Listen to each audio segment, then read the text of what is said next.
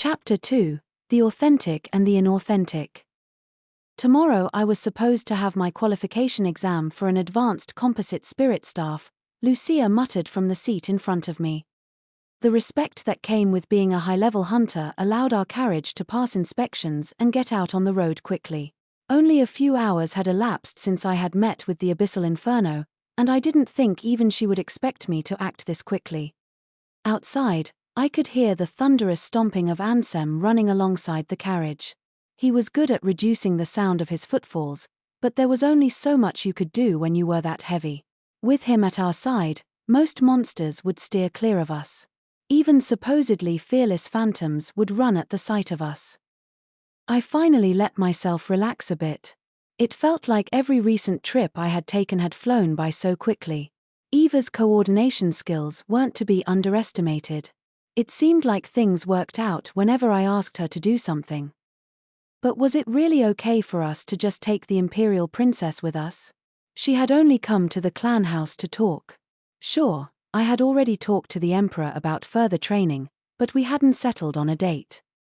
The Imperial Princess and her two companions had been oddly willing to endure running alongside the carriage. It seemed the Emperor had been telling the truth when he said that Murina had become more enthusiastic about training. "Why were you arranging things like that right before the tournament?" I asked. "You're the one who suddenly brought up the tournament, or maybe because it was just the two of us in the carriage, she acted without her usual restraint. And I've also missed the lecture I was supposed to attend in exchange for being allowed to participate. Oh, what's my mentor going to say? You really need to give me more advance notice. Like now, you just suddenly said we're. Yeah, For heaven's sake, listen to me. So my brushing off methods don't work. I knew you wouldn't be that easy. Everyone has plans, she continued. Luke was supposed to kill a dragon tomorrow to pay for his entry ticket. Siddy and Liz also. Wait. Should he really be here then? Luke and the other members of his school were regularly asked to exterminate dangerous creatures. The reason he got away with cutting so many people was that he had cut slightly more monsters than humans. If he had such an important commitment, he could have just met up with us later. That's what Eva and the other clan members planned to do. You guys give me too much priority, I told her. I'll be fine as long as you're with me. For heaven's sake. Don't gripe. I need you. Someone has to charge my relics.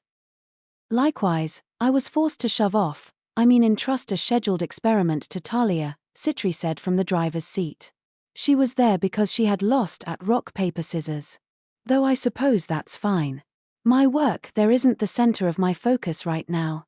I'd hate it if my current project were to be interrupted, but I suppose I can continue it in Crete.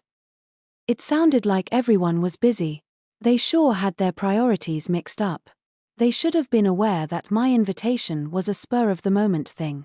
So why had they been so willing to accept it? But I wasn't going to apologize, because I didn't think they wanted that. It was gratitude they were hoping for. Come to think of it, where's Eliza? I asked. Liz said she spotted her earlier today. Eliza went where she pleased. At least it sounded like she was doing fine. I yawned and enjoyed the tranquility. I was in the clear until I returned to the Imperial capital after the Supreme Warrior Festival. Maybe I would just stay in another town until everything subsided. But then something occurred to me. They might follow me. They would, wouldn't they? Arnold did it. Why wouldn't Gark and the Abyssal Inferno try the same thing? I had been assuming I'd be safe once I got away from the Imperial capital. Not only that, I had forgotten to make sure Eva kept her lips sealed. This was bad. And to make matters worse, I didn't like what I was hearing outside. Run faster, Liz shouted. Don't drag your feet, princess. While we're at it, why not do some combat training? Luke said with a roar. The Imperial princess didn't even cry out. After a few hours of travel, right when I was starting to get used to the clamor outside, a familiar repugnant smell was carried in by the breeze. Lucia closed her book and stuck her head out the window. I looked outside and saw it immediately. Far off in the direction we were heading, a town was burning. Pillars of black smoke rose from the ground. A jab. Give me a jab. I heard Luke yelling. What nice scenery, I muttered. I gave up on a chance to fight a dragon to be here. You didn't give it up, you're shirking it. More than a dragon.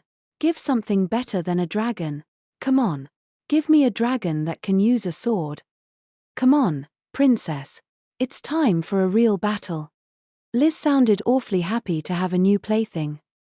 It's over. Please forgive me, God. The footfalls began to fade. It seemed they were going on ahead. Without saying anything, Lucia grabbed her staff and exited the carriage.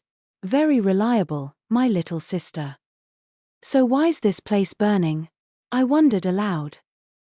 You're just always picking places that are on fire, she grumbled.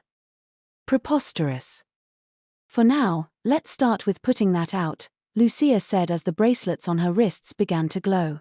Clouds gathered in the sky, and rain soon pounded against the land. The tempest, however, avoided her. These are incredible, she said, looking at her bracelets with astonishment. With Hydregard's grace, maybe I have a shot at victory. I looked out at the town gates and saw the fire had been taken care of. Lucia had evidently improved. She returned to the carriage and put on our party's symbol, the smiling skull mask. Citri poked her head and I saw that she had also put on her mask at some point. Krai, we're entering the town. Your mask. Right. They might have been used to wearing their masks regularly, but I wasn't, so it had slipped my mind. I didn't like being blinded, but if someone saw my face, the results could be even more troublesome. Looking back on it, making our symbol something that hid our faces had been a great decision. It would have been downright brilliant if I hadn't forgotten about the eye holes. With a sigh, I fished around in my luggage. My eyes flew open. I had forgotten my mask. Well, this is no good. I'm only our party's leader. For some reason, all I had was the mask that had been dropped by the Phantom in Peregrine Lodge. Without any other options, I put it on. How's it look? I asked Lucia. Why are you wearing that mask? It's incredibly odd. But it looks nicer than the other mask. Aren't you the one who designed it? She was quite right about that. Can you see out of that? She asked. Of course not. There are no eye holes. Lucia let out a deep sigh. However, I had a special solution prepared. I removed my mask and searched through my relics. I found what I was looking for, a pendant. It was designed like an eye and attached to a silver chain. This was third vision, the latest in my collection. With this, I could see even if both my eyes were closed. Now I no longer needed to hold Citri or Lucia's hand while walking with a mask on. It had cost 150 million gild. I put the pendant around my neck, then the mask over my face. Despite my eyes being blocked off, I could somehow still see. It was a strange sensation, but it was better than not being able to see at all. I hope nobody thinks I was incapable of improvement. I turned around towards Lucia and saw her quickly retract her outstretched hand. While filling out the paperwork to enter the town, Citri also managed to gather some information. After asking around, it appears people were the cause, she informed me. People, her. Maybe this was the influence of all my recent bad experiences, but I thought that was a lot better than phantoms or dragons. They said some bandits had hidden themselves among a group of travelers, then simultaneously sprang into action. Apparently, it was a coordinated operation, and had been carried out by a fair number of people. But it seems their plans weren't entirely thought through. I couldn't tell how Citri felt about it, but this town was a lot bigger than that hot spring town we had been to. If these guys had been able to carry an attack, maybe they were bigger than the bandit squad that had attacked Sul's. I just hoped the rest of my friends would come back soon. Except I had no idea where they had gone off to. With so many treasure hunters around, they were certain to fail, Citri continued. If they had enough people to set the town afire, surely they could have put them to better use. What a waste. The way they set those fires suggests that harming people wasn't the main purpose, Lucia added. Indeed. It seemed to be an organized effort, but their methods were so unrefined. Yeah, I chimed in. Those two seemed quite used to exchanging opinions like this. Rain was still falling, but Lucia's magic prevented us from getting wet. While keeping a low profile, I kept an eye out for my friends. Then I heard a loud crash from the street ahead of us. I shivered. Citri stopped. Scram, rats, a voice boomed like thunder. No coward's gonna stop Hanneman the Iron Arm. Goodness. With an ear-splitting rumble, the ground shook. The paved stones broke apart and flipped over. At the center of it was a man about 60% of Ansem's size. He grasped a metal pole about 2 meters long and thicker than my arm. Pillar would probably be a more appropriate word to describe it. He was swinging it around like a stick, but it had to be too heavy for me to even lift it. The large man was immediately surrounded by guards and hunters, but he blew them away with a single swing. Ah, that must be one of the bandits. Iron Arm, Citri repeated. That must be self-proclaimed, nobody has that title. Like how Luke used to call himself the Testament Blade, Lucia said. I believe he still calls himself that. I wondered what the self-proclaimed Iron Arm's problem was as he stopped a few meters in front of us and began demolishing a building with his pillar. It seemed like he had been running from something, but now he had come to a stop for no apparent reason. He hadn't seen us, but it was only a matter of time before we would be spotted. And experience had taught me that nothing good would come from that. It was only natural. Who wouldn't attack people in suspicious masks like ours? The smiling skull design had invited a number of assailants over the years. Who even came up with that creepy design? Come on, face me, you pipsqueaks. Nobody can stand up to Hanneman. So is it fair to blame the town guards for mistaking this guy for a traveler? And why's he announcing his name while going on a rampage? Good grief. If Lucia and Citri hadn't been with me, I would have just run away. The guards decided that taking the Iron Arm head-on was a bad idea, so they began to slowly encircle him. Why were they so obvious about it? Why did Luke still call himself the Testament Blade? As these thoughts crossed my mind, a blinding light enveloped the man. With his pillar still in his hands, the Iron Arm flew through the air and landed not far from where we were hiding. The guards' expressions were still. Lucia stepped out in front of me. I heard light footsteps amid the rain and turned in their direction. I saw a tall young man with a black mantle and an awe-inspiring staff. Unaffected by the rain, he stood with the calm bearing of a monarch. I couldn't help but gasp. But what stood out the most was on his face. That mask. It was a skull mask. It looked like the ones used by grieving souls, but its tasteful design lent it a far different impression. Not to mention it actually had eye holes. Honestly, I was pretty jealous when I saw it. The man hit the ground with the bottom of his staff, and announced in a voice that carried even through the rain, "Is that all you've got, Iron Arm? I doubt you can still hear me, but I'll say it anyway. My name is Krai Andrey, the thousandfold theurgix and leader of bereaving souls." Everyone was stunned. He had the might to strike down that large man with a single blow. He had unshakable charisma born of his regal demeanor. The guards began to whisper to each other. Is that really him? The lead soul that all those rumors are about? They say he's the strongest man in the imperial capital and that he almost never leaves the shadows. What's he doing here? Is that really him? They say the protean something or other appeared earlier as well. I held my breath, unable to stop myself from being swept up in their fervor. That's the real thousandfold theurgix. I cried before I could stop myself. That's a sweet mask. I heard an adorable scream from Lucia. That didn't happen very often. His real. Oh, give me a break, she groaned. Thousandfold theurgix, Citri repeated in a placid voice, ignoring my excitement. That title doesn't exist. Must be self-proclaimed. Despite his violent rage, Hanuman the iron arm was now out cold. As though to show he had lost interest, the thousandfold Theurgix turned with a billow of his mantle and walked away.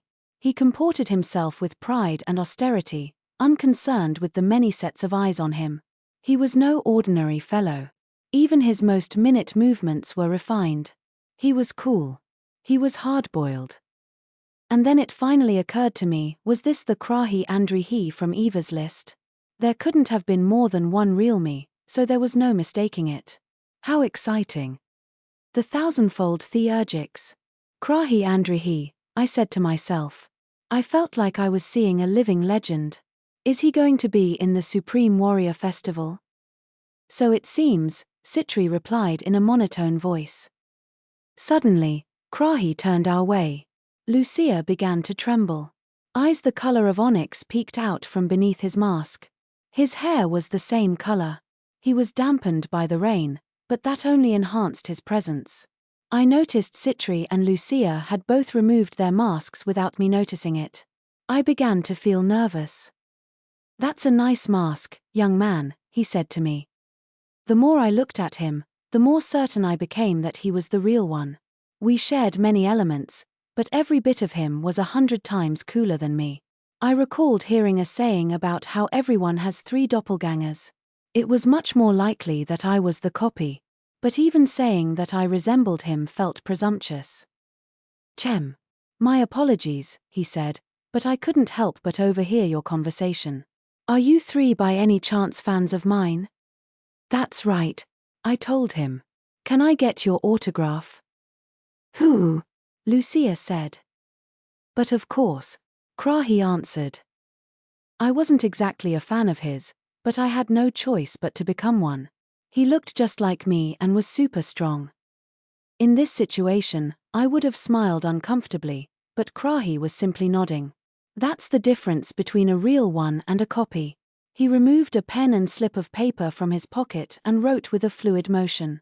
I was deeply impressed. At this point, I considered him so great that I could never hope to imitate him. "Here you are," he said. "This is my first time coming to this town, which makes you my first fan from here." "Thank you so much. You see, my name is Krai." Both Citri's and Lucia's eyes threatened to bulge from their sockets. Krai and Krai. What a funny coincidence. Krai Andrey he gulped, then said, "Oh my. What a twist of fate that is." He seemed incredibly happy.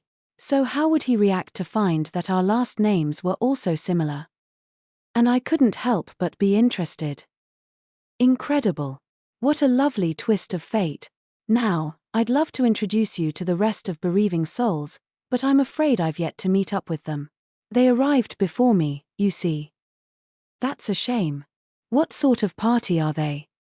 Ah, indeed, their names aren't well known yet. But I see no reason to hide them from you. Krai put a hand to his chin, a very hard-boiled pose. First, a swordsman of exceptional intelligence who calmly corners his foes, Kul Saikul, the Protean sortie. "He's the designer of this mask and the brains of our party," Krai proudly declared. I was caught off guard. Not only did Kul sound like an upgraded Luke, but he also sounded really cool. Citri's shoulders were shaking. I hadn't seen her like this in a good long while. She always wore a cool exterior, but she actually had a really good, but odd, sense of humor. Meanwhile, Lucia's expression was stiff as stone. The last time I had seen her like this hadn't been that long ago actually. Next, a quick-witted thief. She sometimes uses her cleverness for evil, but she's saved our party on a number of occasions. Elizabeth Smiat, the Eiffel Shadow. Or Isaby, as we like to call her. Smiat. Cute in a way. And Isaby. It seemed I wasn't the only one who had a doppelganger. It was an incredible coincidence, but it wasn't much compared to running into a treasure vault in the sky. And how could a shadow be an Eiffel? I looked at the Smiat next to me, her head down and shoulders heaving, and asked Krai, "Do you perhaps have an alchemist?" "That we do. Kutri Smiat, the Ignorable." This was something else. It didn't make a whole lot of sense, but Krai sounded proud, so I was sure she was a good girl, just like our Citri. Isn't that incredible? I said, poking Citri's quaking shoulder. I bet she's not as smart as you though. Ignorable, my dear friend said in a quiet, strained voice. Please. Try a bit harder. Then she hit me. The very handsome Krai approached Lucia, who was as loud and bombastic as a statue, and bent down a tad so he could look her in the eye. There's no need to be so tense, young lady, he said. You three are my first fans. How about an autograph? Without saying a word, Lucia made a fist and in one smooth motion drove it right into Krai's face. When we met up with the rest of the group, they were all bewildered when we told them about our little experience. Ha! He's not our fan. Liz cried. Damn, Luke said with a TSK, I was bored, so I thought I might cut him down, but Liz said they might be a subsidiary of ours. Ansem grunted, and our not so easily ignored Smiat signaled her agreement with a groan. Why the hell would we have subsidiaries? After talking to them, it seemed that the bandits' objective had been a relic placed under tight security at a local museum. The fires had been set to throw the town into chaos, but thanks to the help of people like my friends, and Krai, the issue had been resolved without any casualties and the relic remained secure. I wanted to see what sort of relic would warrant the cooperation of so many criminals, but I didn't have the time to spare. Being forced to run all that way, only to then be shoved into an assault team had left the Imperial Princess and her guard beyond exhausted. Liz was completely unbothered by this, she was far more interested in her sister's complexion. By the way, Siddy, she said, what's up with your face? You're all red. It seemed something tickled her funny bone, I said. Well, of course.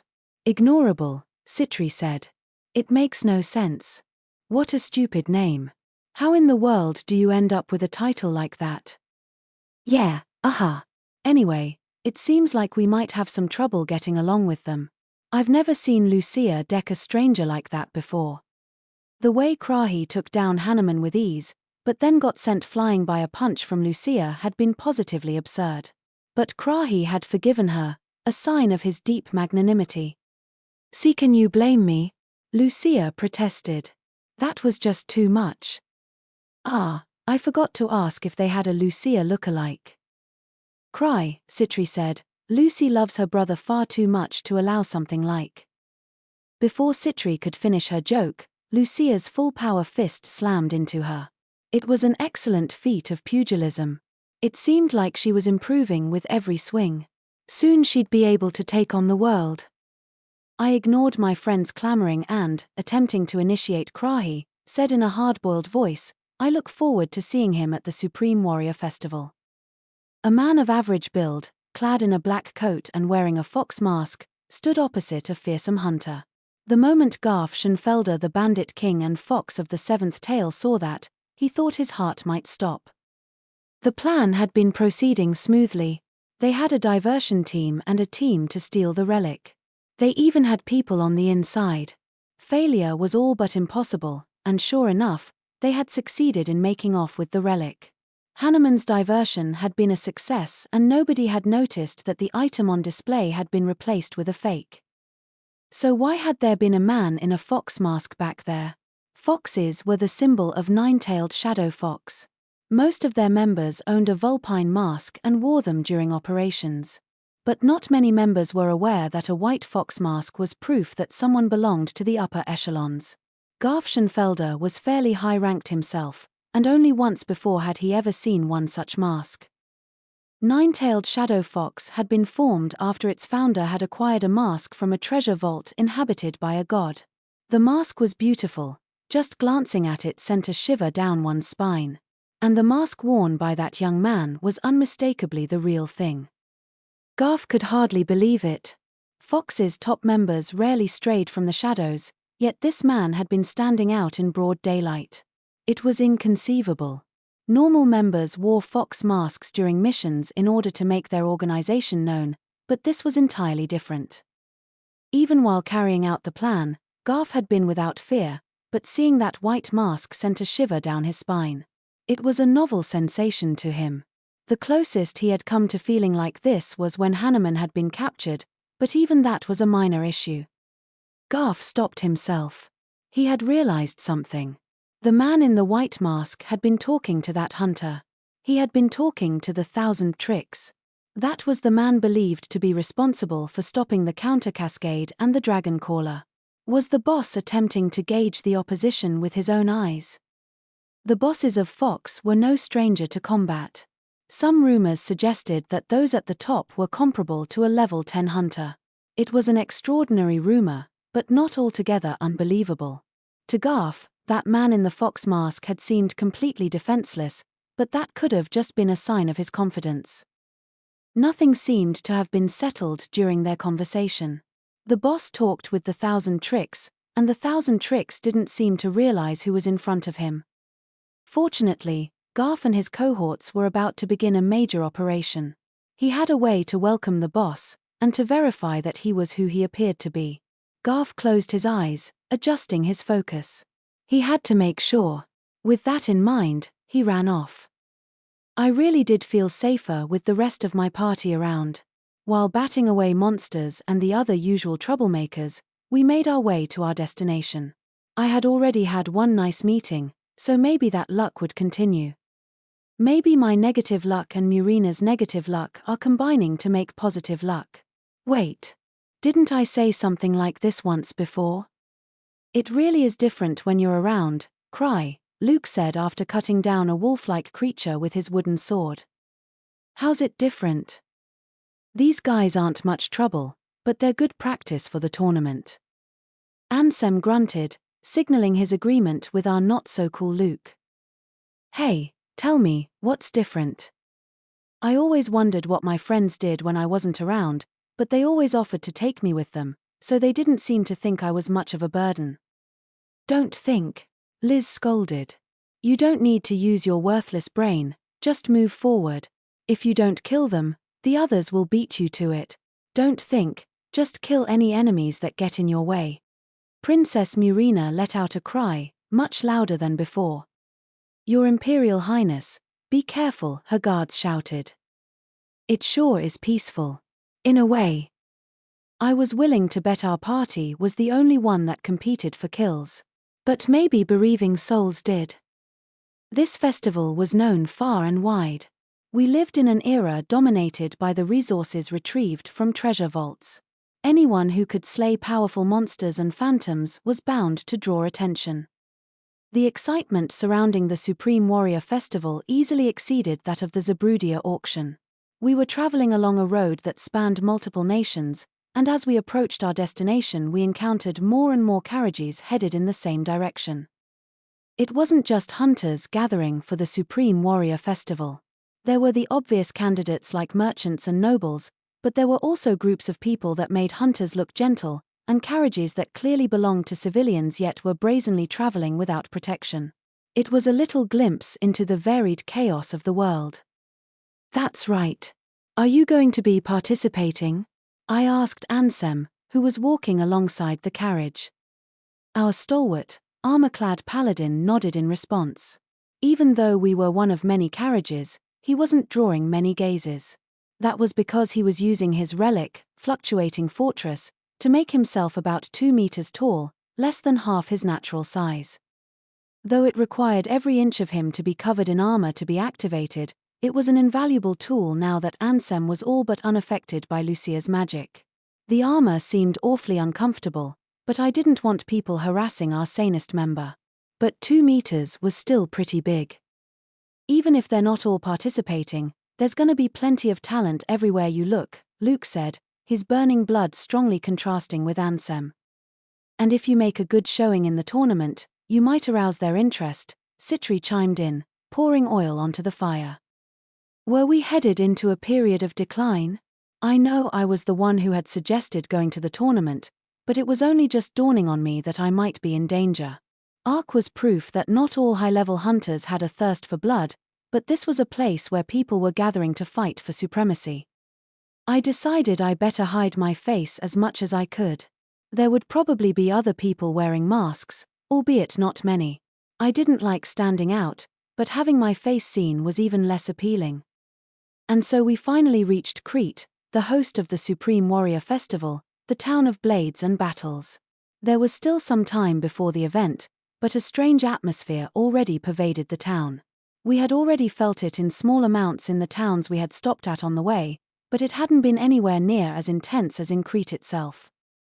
The streets were packed with seasoned hunters, mercenaries, and other sorts who made their living through violence. You could occasionally spot treasure hunters in the imperial capital, but not like this. However, the number of tournament participants was fairly limited, so most of these people were probably here for the same reason that I was. They had come to witness clashes between people who had absolute confidence in their strength, and to see the birth of a new supreme warrior. There weren't many opportunities to see so many famous names gathered in one spot. Any man would get excited to see combatants vie to be the best. I'm so glad I came. Surrounded by my friends, I wore my mask as I walked through the streets. Anyone could be hidden among the flood of people, so the imperial princess kept her hood up. She seemed frantic, as though this was her first time being in a crowd. But she didn't have to worry. Ansem was leading the way, which meant even misfortune would turn and run from us. "Hey, who do you think the strongest challenger is?" Liz asked. Besides me. "There's gotta be a dragon with a sword." "There just has to," Luke said. "If Krai's here, then I just know there's gonna be one. Come, blade-wielding dragon." Wear and tear has decided winners in the past," Citri said contemplatively. "And not every participant has been the honorable sort, so there's been some underhanded methods. But I imagine all the champions have been beyond reproach." She appeared to be calm, but I had to remind myself that she would be joining the fray despite the fact that she was an alchemist. "Underhanded methods, huh?" I said in a hard-boiled voice, clenching my fist. "I'm getting excited just thinking about it. Arrows, cannons, dragons, bring it all on." "Leader, what are you on about?" Lucia asked. "Well, everyone's so excited, I thought I'd join in." The town felt like it was in the middle of a festival. There were vendors with stalls, and delicious aromas floated about. I looked this way and that, until I found one that interested me. It was lined with dragons made of chocolate and ice cream. I had never seen anything like this before, but you can't go wrong with chocolate and ice cream. "What's the matter?" Lucia looked at me skeptically when she saw I had come to a halt. Of the two of us, she was the more financially responsible one. Every time I wasted money, I'd get an earful from her. "Yeah, I know, my debt and everything. I'll be right back. Wait right here." "Huh? Oh. All right." I figured they'd forgive me, so off I went. I was making my way to the stall while trying to avoid the mobs of people, when I felt a tug on my sleeve. I turned around and saw I had been stopped by a nice-looking young woman dressed in a robe like what a priest might wear. She had long silver hair and appeared to be a few years younger than me. But the way she comported herself and her wavering gaze gave her an aloof impression. Needless to say, I didn't recognize her. "Can I help you?" I asked. "Right this way," she said. "Huh?" Without saying anything more, the girl pulled my hand. It wasn't a strong pull, but it was still enough to drag me along. To my bewilderment, she took me through the crowds, past the stalls, and down a narrow alley. I managed to turn around just once and saw Lucia looking at me agape. Usually, when I got abducted, she would gripe and groan but still come to my aid. Except it looked like she didn't think I was being abducted this time around. Abduction. It's not exactly violent, but this is an abduction, right? Okay, even if it's not an abduction per se. I think you have the wrong. No, I'm quite certain I have the right person. Right this way. She definitely had the wrong person. My memory wasn't the best, but I absolutely would have remembered a weirdo like this. But my kidnapper didn't seem at all interested in my thoughts on the matter. "I really wanted to try one of those dragons," I said. "I'll have it arranged." "You do that for me." She dragged me along through the narrow gaps between the buildings. Unlike the bustling streets, there wasn't a single person in these back alleys. I never would have gone somewhere like this alone, but the mysterious priestess moved without hesitation. Then, halfway down an alley, A door opened beside us. I hadn't even noticed the battered thing. The girl entered the door without the slightest pause. And because she was still gripping my hand, I came in behind her. I was beyond confused. "Right this way," she said. That didn't make me any less confused. We proceeded through what appeared to be an abandoned building, then down a staircase that appeared out of nowhere. There wasn't much illumination, causing me to stumble a bit. It seemed someone had been keeping the place clean, as it didn't smell bad at all. Underground was a sturdy metal door that was entirely at odds with the dilapidated scenery. The girl whispered something through the door, and the next moment there was a loud clunk as it unlocked. "Right this way." I followed along and was thrown for a loop by what I saw. The room was wide, with countless candles along the wall fending off the darkness. But what brought me to a halt were the figures in the center. I couldn't discern anyone's age or gender. Despite their numbers, I couldn't hear so much as a breath from them. But what unnerved me the most was that they all wore fox masks. They appeared to have been purchased from a store and their designs were different from mine. There were plump foxes, red foxes, smiling foxes. Honestly, it was impressive. I was delighted and dazzled. Just who were these people? I wasn't sure, but we were in an underground room and everyone had a fox mask on. I thought it over for a moment, then went with my best guess. "It seems you really do have the wrong person," I said in a hard-boiled voice. "I might have a fox mask, but I'm not part of the Fox Mask fan club." "What the hell is this guy talking about?" Beneath his mask, Garf furrowed his brow. The other members seemed equally confused by the boss's mysterious remark. Wearing these masks was part of their organization. The masks they wore weren't authentic, but nobody had ever mocked them with a term like Fox Mask Fan Club. The boss shrugged. He looked entirely unremarkable, but his mask commanded a strong presence. Within Fox, higher-ranked members had to be obeyed no matter the circumstance. If this man said they were the Fox Mask Fan Club, then Garf had no choice but to dedicate himself to such a club. "Ah. Can I take your photo?" the man asked while removing a slab from his pocket. Garf had heard rumors of these relics. They were called smartphones. This man seemed too flippant to be a leader of Fox, but it wasn't Garf's place to decide things like that. He looked at the Holy Fox Maiden he had called out for this plan. The Holy Fox Maidens held a special place in the organization. They worshipped the gods that had inspired Fox's foundation. One of their roles was to verify the identities of bosses, something otherwise shrouded in layers of mystery. The maiden closed her eyes. Garf didn't know how she had done it, but he was glad she had brought the boss to them. He had met a number of maidens before, but this one was on the younger side. Still, that didn't make her any less deserving of the respect and discretion offered to others of her kind. The maiden opened her eyes halfway, as though in a trance. Silently, she looked at the man. Garf felt a pang of uncertainty. The maiden's eyes flew open and she declared, "There is no doubt of his divinity. Kneel, for you are before the white fox." Garf was immediately on one knee, as were his cohorts. Derived from the masks they wore, the white fox was a name given to bosses. If the maiden deemed him to be genuine, then there was no doubt about it. Garf was fairly high in Fox's hierarchy, but this was the first time he had ever gotten so close to a boss. It didn't seem like anyone he had met before, but it was an open secret that there was more than one white fox. The boss seemed taken aback by everyone's sudden display of fealty. "What? Why are you kneeling?" he said. "Please forgive my previous discourtesy, O white fox." "Are you referring to this mask? Is it really rare enough to warrant the kneeling?" The air was tense. Though he sounded oddly genuine, he couldn't possibly be serious. He must have been angry. Garf couldn't think of any alternative. He probably had been upset by how long they had taken to catch on. They shouldn't have doubted the authenticity of his mask. But that man's attitude was bold enough to invite Garf's suspicions, and he knew what an authentic mask looked like. Maidens were usually composed, but this one looked just slightly nervous. "I mean, yeah, I guess you don't see one every day," the boss continued.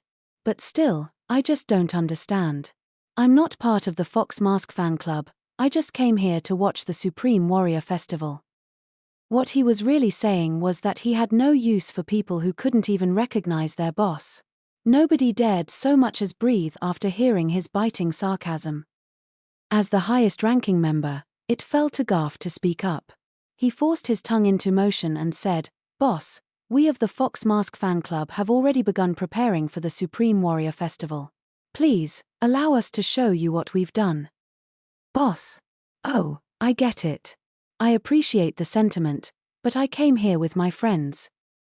Garf hadn't been informed of this, but it sounded like there was another team. Perhaps some elites were on standby in case his team failed. Or maybe there was another plan also underway. Worst case, the boss was suggesting another team could be taking over. But if he were to be denied the opportunity to run his own plan, not even someone of the seventh tail would be able to quietly sit by and accept it. "We wait in anticipation," Garf said. "If you need anything, please call upon us." The boss seemed slightly troubled, but then shrugged with resignation. Sora Zolo, the Holy Fox Maiden, battled fiercely to hide just how nervous she was on her first job. Born to a respected line of clerics, it was all but inevitable for her to begin training to be a maiden at a very young age. The history of the Holy Fox Maidens predated the very organization they belonged to. They underwent special training and were blessed with the ability to see who was and wasn't connected to the divine foxes. However, the fact of the matter was that they had few actual opportunities to judge whether a fox mask was authentic or not. The fox gods refrained from stepping into the material world, and the bosses kept their whereabouts a secret. It was said that some maidens had gone their entire careers without ever laying eyes on a boss. It was a tremendous honor to stand before a boss of nine-tailed shadow fox, for they were blessed and bore masks granted by the gods themselves. But it was also a tremendous burden for Sora Zolo, as she was still new to her position. The weight of her judgment had caused momentary hesitation. A fox would never doubt the words of a maiden, therefore erroneous judgments were unforgivable. The mask of the young man beside her was undoubtedly authentic. She had been certain of it before she had even brought him to the foxhole. Sora's eyes were blessed, making it inconceivable that she might mistake a fake white fox mask for the real thing. However, even if she didn't use her unique vision, she knew that no fabrication could replicate the overwhelming presence that a genuine white fox mask could. Though the man wearing the mask looked unimposing, that had no bearing on her judgment. No matter how she looked at him, he struck her as one far weaker than what she'd come to expect from other foxes. The organization's first boss was said to have received their mask after overcoming a trial imposed by the fox god. After that, everyone who inherited the position had been chosen for their strength. If this man was merely hiding his might, then he was extraordinarily good at it. But what purpose could deceiving a maiden possibly serve? Their role was one of subservience. Solidifying her refined poker face, Sora declared in an austere voice, "The white fox demands a sacrificial dragon." "A dragon?" Garf whispered. He looked at Sora questioningly, but he didn't actually expect her to have an answer. Dragons were the strongest of all mythical beasts, but he and his subordinates could take one down if they worked together. That is, if any dragons were in the vicinity. Still, Garf raised no objections to this absurd demand. He turned around and said, "Are there any dragons nearby?" Everyone shook their heads. Sora felt her heart freeze and her poker face dissolve. This was bad. While dragging the white fox to the lair, she had said she would have a dragon arranged. At the time, she had been in a rush and hadn't even considered that she might be making a promise she couldn't keep. No matter what her exact crime was, she could very well be killed for this. The white fox said, noticing Sora clench her fist. "If you can't get a dragon, then one of those ones made of ice cream and chocolate will do. Go buy some.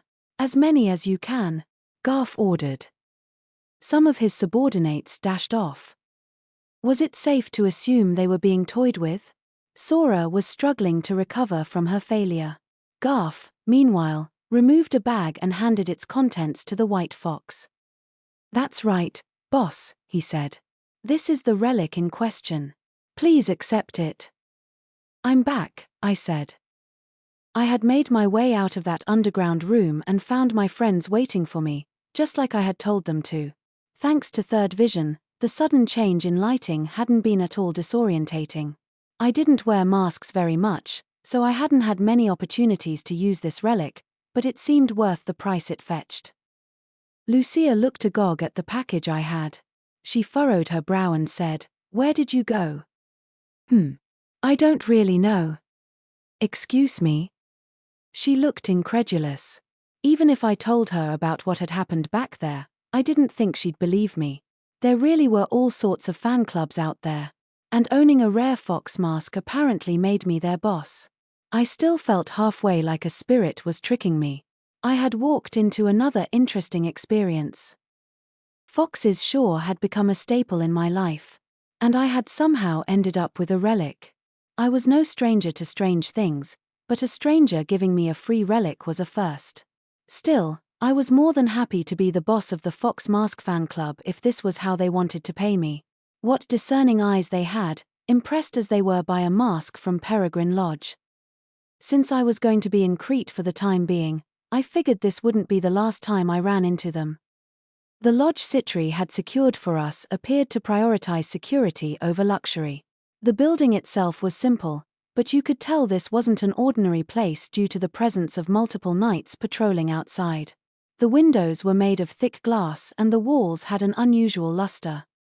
When I took my first timid steps inside, it seemed normal enough at first, but when I looked around, I saw guards positioned in inconspicuous places. The other guests were people like rich merchants and nobles traveling with a legion of servants. I didn't see any other hunters besides us. We were shown to the top floor, where there was a room big enough to host a group of our size. Liz let out a cheer before she began to dart around, checking under the beds and behind the picture frames. Lucia looked out through the large window. It reminded me of the steps we took when camping out in the wild. "I secured the safest lodge I could," my dear friend Citri proudly said while glancing my way. "Crete can get hectic during the Supreme Warrior Festival." I didn't know what to say. I didn't see the need since we were only here as tourists. Sure, I understood we had Princess Murina with us and all, but still. "After all, you just recently antagonized Nine-Tailed Shadow Fox," Lucia said to me. "It won't hurt to tread carefully," she sighed. "I can't wait to see how many they send." "I'm ready for 'em," Luke said while swinging at the empty air. Ansem nodded. HMPH. An inn employed even by nobles. "A smart precaution," Karen said with an arrogant nod. This was a good choice. I should hardly need to say it, but we'll have to divvy up the rooms. We cannot allow men to sleep in the same space as Her Imperial Highness. It seemed I was the only one who didn't understand what was going on. I would have felt bad about this if I wasn't already used to it. So I just put on a hard-boiled smile. "Leader, we've ticked some people off and aren't short of enemies. Please, be careful, okay?" Lucia lectured me. "Word has already gotten out that we'll be in the tournament and remnants of a number of organizations are gathering here." That was all news to me. Except for the part about ticking people off. Having finished her inspection of the room, Liz brazenly sat down on a table and folded her legs. "To hell with that. We can just crush 'em. Right, Ansi?" She was as confident as ever. "Hardly." Ansem had a soft spot for his sisters, but even he couldn't abide by that. Luke nodded solemnly, an uncharacteristic gesture for him. "Liz, we have more important things to focus on." He's right. We have more important things. And why's she assuming we'll be attacked? There's no guarantee. Then Luke continued, still entirely serious. "What we should be worrying about is that we can't divide them up evenly unless their numbers are divisible by 9. Right, Krai?" "Huh. Yeah, I said, caught up in Luke's flow. "It is," Liz cried. I could never go against Luke's enthusiasm. That's why I was still a hunter. And he sure was casual about including Murina and her guards. While organizing the luggage from the carriage, Citri put the matter to rest by saying, "Well, if they decide to attack us, they'll probably come in large numbers. As to whether or not there will be any swordsmen, I can't say. Did we do something that bad? I asked. Making a bloody mess of a Supreme Warrior Festival challenger is a good way to get your name out there, she said, as though this was just the way the world worked. It still seemed terribly immoral to me. So driving them off will be good practice and improve our image. 2 birds with 1 stone. Right, Krai? You sure are smart, Luke.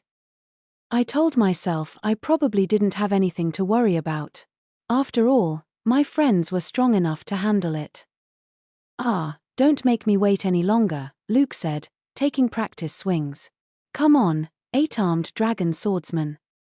You still think that's gonna happen? Liz sighed. There's no way something like that exists. Right. Yeah. I said. There was something magical about Luke's ability to make even Liz the Extinction Event look slightly well-adjusted. An 8-armed dragon swordsman, huh? Well, there are those troglodytes. They had loads of arms.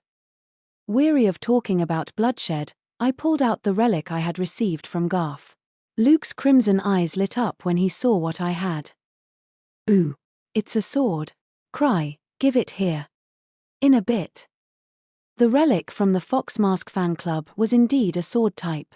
The hilt was covered in a strange geometric pattern. It was kept in a wooden scabbard which was fairly bland by comparison. Interesting, Citri said. She was staring at it with fascination. It's too short to be a long sword, but too long to be a short sword. It's definitely a relic though, I replied. It's awfully light. Maybe it's a ceremonial piece. I was ultimately just a collector, so I didn't mind having a sword that I couldn't swing. And since I got it for free, I wasn't expecting much. I carefully removed the blade from its sheath. It was about half the width of a typical straight sword and didn't strike me as a very reliable weapon. It was double-edged and had a copper-like sheen. Tiny channels were engraved into its surface, forming a strange pattern. Relics were manifestations of memories of the past, so their functions didn't always match their forms. But since they were based on things that had once existed, form was still a good indicator of what a relic did. Lucia's eyebrows shot up as she stared at the sword. Wasn't that stolen from that town we passed through? That's absurd. Lucia removed a newspaper from her luggage. Here, there's a picture of it in this paper I bought before we left. I took a look. The front page proudly explained how the bandits had been fended off and how there miraculously hadn't been any casualties. In the center of the page was a black and white photo of a sword that looked just like the relic that I was holding. No. Wait. The scabbards are different, I said. You're right. The 2 swords were identical, but the sheath in the photo also had the same engravings as the blade. The 2 were total lookalikes, but they couldn't have been the same item. After all, the theft had been prevented and most of the criminals had been apprehended. Then my eyes flew open and I snapped my fingers. I've got it. The relic at the museum manifested with a scabbard, but this one didn't. Relics generally appeared as a set. Swords came with scabbards, shoes came with laces, and smartphones came with boxes and instruction manuals. But sometimes only part of a set would appear. It was rare for swords to form without a sheath, but it had happened before. Sadly, the inverse sometimes happened where a scabbard appeared without a sword. Isn't that a little too much of a coincidence? Lucia asked. But I'm certain that's what happened. It wasn't uncommon for the same relic to manifest more than once. It was widely believed that a relic's drop rate correlated to how commonly found it once was. However, there had been instances of multiple relics appearing even though only one of their baseline was believed to have ever existed. It was much more feasible than the idea that the Fox Mask fan club would set a town ablaze and steal a relic. What I held was the same as the item in the photo, but it wasn't the item in the photo. But Lucia still looked doubtful. Besides, I said, whacking the newspaper, I think it's premature to say these are the same just by looking at. Wait a moment. What is it? My eyes went wide as saucers as I read the paper. According to the article, The relic was known as Key of the Land and it was a national treasure. Even if the one I had wasn't necessarily the same relic, and even if it lacked a scabbard, finding an identical item was nonetheless a huge discovery, wasn't it? Maybe if I brought it to the museum, they'd let me see their relic up close. Maybe they'd let me touch it. The article didn't mention what powers the relic had, but the people at the museum would tell me. We would definitely have to stop there on the way home. With that settled, I handed the sword to Luke, who had been looking at me like a pitiful dog for the past few minutes. Here. Don't go cutting people. Woo. So I can cut them if they're not people? Luke's love of swords extended to relics as well. Most of the time, we forced him to use a wooden sword to make him less of a threat, but I had let him test out most of my sword-type relics. He examined the length of the blade, then gulped. This blade, its length, weight, pattern. Krai, this thing is incredibly hard to use. It's like a toy. Aha. And no matter how much mana I put into it, it doesn't fill up. It just has this odd feeling about it. I can't charge it. Is this really a sword? Aha. While he was a swordsman, his mana still dwarfed mine and was enough to charge most sword-type relics. If Luke couldn't fully charge it, this thing must have been a massive mana hog.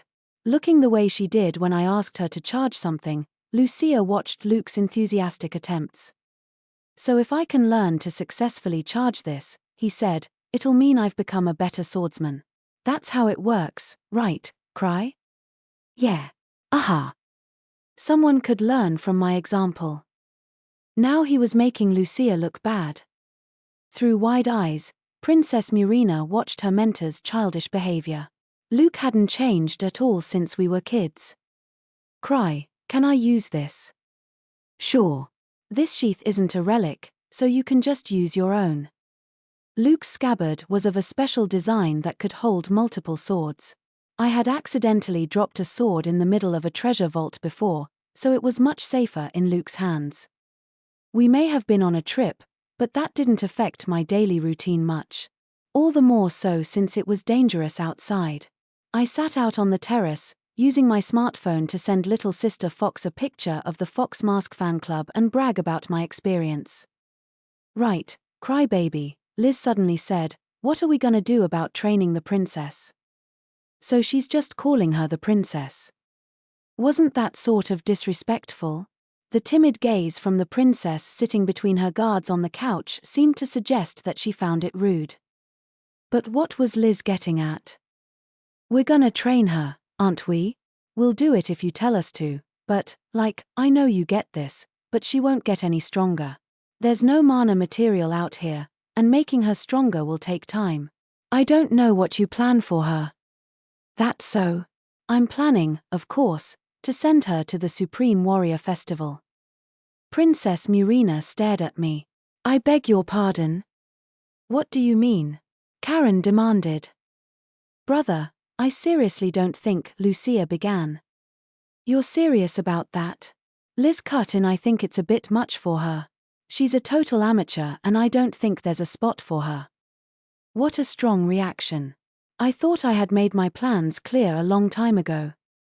In that case, Citri said with a clap of her hands, why not put her up against bandits?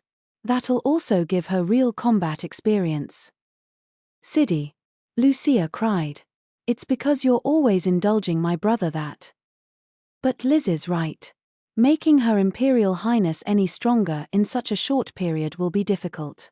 So I thought we might approach this from another angle. This town currently abounds with scofflaws, so I believe this will be our best bet, given our deadline. As to how she'll get in the tournament, that's a separate matter. In a way, I respect how you try to suck up to Cry Baby at every little chance you get, Liz told her. But it wasn't a bad idea. Fighting phantoms was certainly different from fighting people. But could we really pit the Imperial Princess against bandits? The Emperor had proven capable of fending off frigid dragons, but I didn't think even he had ever fought a criminal before. There was honor in being a dragon slayer, but not so much in bringing down brigands. I thought it might come in handy, Citri said while proudly removing a file, so I consulted an information broker about which organizations are present. So that's where you were, Liz said. Nice going. Luke cheered. Here, let me take a look. No. I made this so I could give it to Krai. Well, as long as they're having fun. Really, I mean it. Inside the file was a neat list of bandits and criminal organizations. It was more than I had anticipated. They weren't all famous, but you could make an army if you had a single fighter from each group. Many of them have the talents to be in the Supreme Warrior Festival. And whether it be big or small, many have a bounty on their head. There are also groups angry to see their rivals in the tournaments and groups forming alliances to strike at common enemies. All of that and so much more. Am I in hell? They say every year there's a few participants who don't make it to the tournament, Citri continued. And sometimes people make an underhanded attempt at getting revenge on whoever they lost to. Those attempts, however, rarely succeed. I had been given a glance of the glamorous tournament's dark side. I despise violence, but I'll say it if I have to. This wouldn't happen if someone took care of these outlaws, I said. There's also attempts at avenging fallen comrades. Zebrudier's protected by its excellent knights, but nothing of the sort is in this nation. My own constant nightmares had made me blind to it, but Zebrudier was actually a special place. You're talking like it's all up to you, but do you understand you're talking about a member of the imperial family? Karen said. Her Imperial Highness cannot be fighting bandit. A very reasonable objection. If you asked 100 people, they would all say she was right. The Imperial Guards sure were loyal if she was still willing to oppose my friends after enduring their brutal training. That's for Krai to decide, Citri responded, wearing a mellow smile. There's a lot of them, Liz said. Hell, do we even know where any of them are? That's our biggest obstacle. I think we should be able to figure that out if we take the time to look. If fighting was the only thing on their agenda, I could probably trust the Imperial Princess with them, but it was still just not a risk worth taking. The list was a long one and things could get messy if they accidentally pissed off the wrong people. I wormed my way out of making a decision and walked up to the large window. Being on the top floor of a fancy inn, I had an expansive view of the streets of Crete. As I looked around, I spotted rising trails of smoke every here and there. A number of those were probably the remnants of fights. What an insane place I had come to. Bandits. Bandits. What can we do? I muttered. The next moment, a man in a black fox mask was clinging to the other side of the window. A feral glow shone from the eyeholes. I was too surprised to even show it on my face. Boss, if you need us, he said as though this was a perfectly normal place for him to be. We, the Fox Mask Fan Club, await your orders. Is this supposed to be impressive? I'm just scared. What the hell sort of organization have I joined? In a room deep underground, Garf of the Seventh Tail looked at a list and groaned. This is what the boss wants. This will be a big operation. Fox controlled a number of subsidiaries and even had members in top places of more than a few governments. No other secret organization matched them in scale. But the number of actual foxes was limited to only the very best. This was the exact opposite of their defunct rival Serpent, who had owned vast legions of soldiers. During major operations, Fox would draw personnel from subsidiaries and cooperators. The key roles would be handled by foxes, while the ranks at their command would be supplemented with recruits from other organizations. By keeping them in the dark, very little information could be leaked. This operation would be unlike anything in the past. Recruiting fighters had been left to Garf. He looked at the subordinate who had acquired the list. They were quite capable where stealth was concerned. He wants this many people? Garf confirmed. Yeah. He wants us to figure out where they are. Though he told us not to work too hard. Garf looked again at the list. This seemed like an operation too important for failure to be an option. But more personnel wasn't necessarily better. The length of the list struck him as absurdly long. It was almost as though they were supposed to search for every criminal organization currently in Crete. "I don't believe this is the sort of task that would normally be entrusted to us," said the other fox. "Given that this was concocted by the boss, there's likely more to it than his letting on. But he has his expectations." That seemed very possible. Garf was of one of the higher tails, but this man was at the very top. The boss was keeping the most important parts a secret. There could very well be another, top-secret team at work. This was a good opportunity. Fox was always looking for capable individuals. If Garf could make a good impression on the boss, a promotion was certain to come his way. Nobody was stupid enough to not work hard just because they had been told it was okay. No, we're not like the Counter-Cascade. He was a brilliant magus, but he lacked leadership. Garf may have lacked Telm's combat prowess, but Garf had a legion of trustworthy underlings. "We're to invite everyone on that list, and deploy every one of us to help make that happen," Garf said. "But they're currently making preparations." Garf's plan was perfectly laid out. He never neglected to prepare far in advance if it could ensure his success. He had allotted time to securing escape routes and managing security forces, but now it looked like he wouldn't have room for that.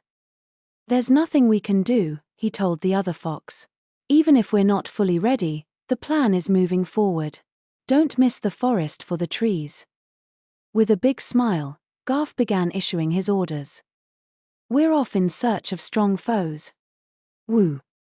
Luke and Liz's fervor was on par with the rest of Crete. The rest of us grievers went with them. Someone needed to stop those two from starting fights, and after coming all this way to Crete, I wanted to do some sightseeing. Princess Murina had her own official matters to attend to, so for the first time in a while, it was just us grievers together. The Supreme Warrior Festival was still a few days off, but the town was already so packed we could barely walk through the streets. "You're not wearing that fox mask?" Citri asked. "Nah," I said, rubbing my cheek. I wanted to hide my face as much as I could, which meant I was tempted to wear the mask, but it seemed to attract the Fox Mask fan club.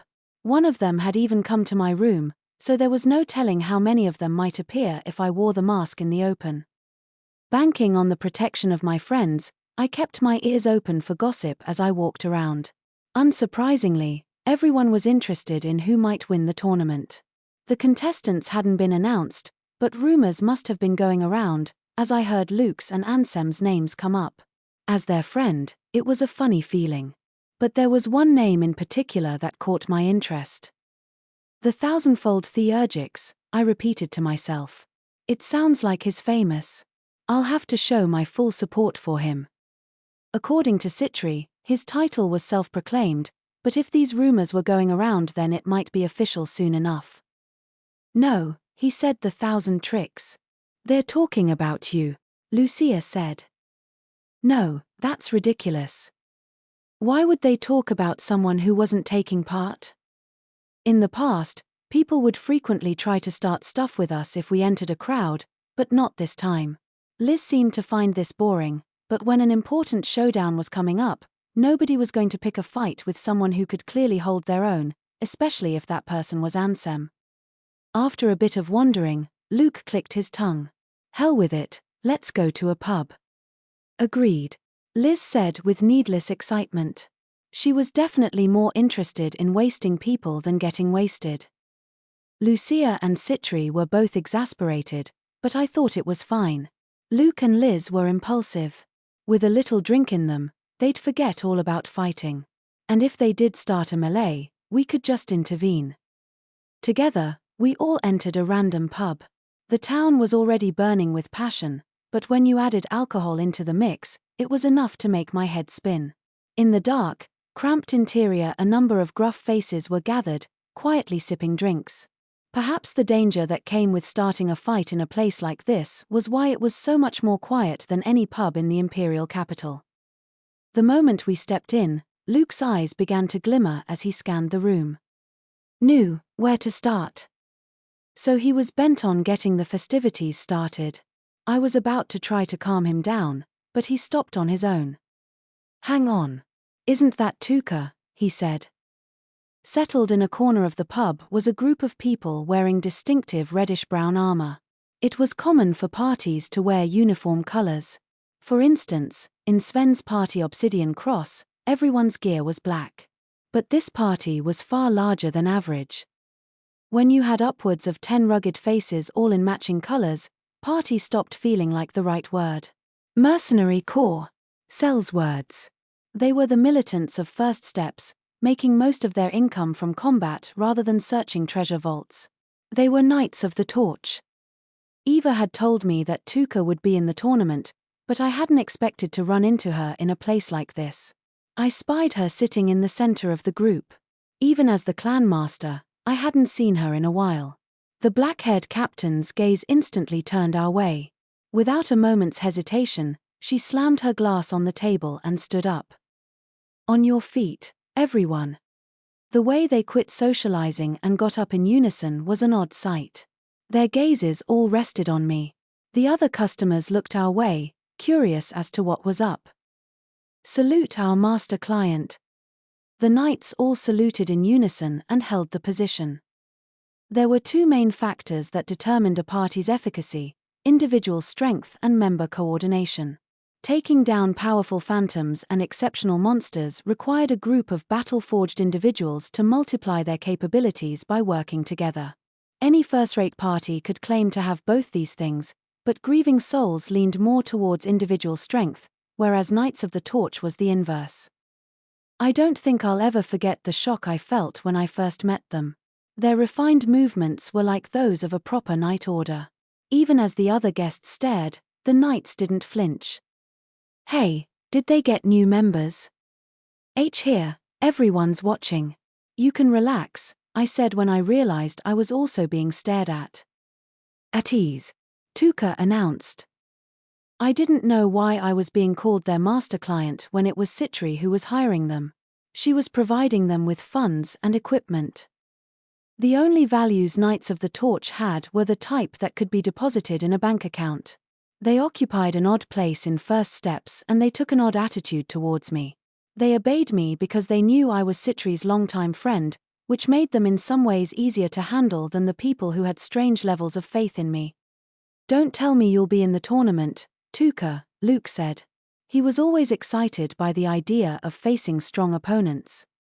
I'll be there, she confirmed. I received an offer. Will you be there as well, Protean Sword? The Supreme Warrior Festival attracted all sorts of people. There were knight captains who maintained the security of the land, while there were also famous mercenaries. Tuka must have received her offer thanks to her fame among merchant companies and nobles. Luke made a strange expression that words fail to describe. The reason Luke the man-cutter never tried to cut Tuka down was that she didn't engage in profitless fights. I mean that literally, she didn't fight if there wasn't money to be gained, so these two were incompatible, but in a good way. Luke didn't just want to swing at people, he wanted them to swing back. Tuka glanced at Citri, then at Lucia, then at me, before saying, "Forgive me, CM, but I won't be holding back in the tournament. You don't pay us enough for that." So she would if we offered up enough cash. But more importantly, she seemed to be under the false impression that I would be participating. She must have heard the rumors going around. Just between you and me, Tuka, I'm not the thousandfold Theurgix. That's the real me. Even someone as composed as Tuka would be thrown for a loop if she met Krai. I looked forward to seeing it happen. Likewise, my true self doesn't hold back, I said with a hard-boiled smile. The real me is pretty strong. And has a billowing coat. Though the fake one also liked to flap his coat when he could. Tuka looked at me in surprise, quickly ruining my fun. I see. A coat. Well, I hope some mercy isn't too much to ask for. Well, I'm here to spectate. You should really be watching out for these guys behind me. I wanted to lower their expectations. They might get mad if they were expecting me to participate. Just as I remembered them, Knights of the Torch gave one a unique impression. Their relationship with grieving souls couldn't be described as good or bad. But they were rarely in the imperial capital, so we didn't have many chances to interact with them.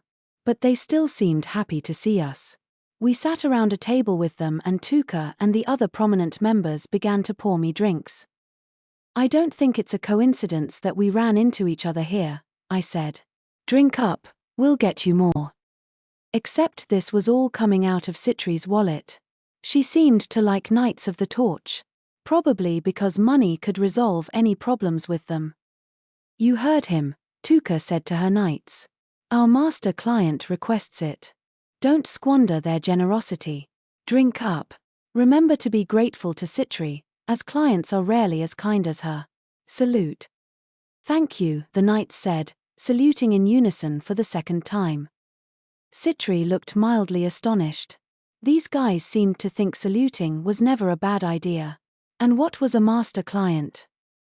While we drank, I learned about what they had been getting up to lately. They had been doing their usual bounty hunting and fighting while traveling the world and then returned for the Supreme Warrior Festival.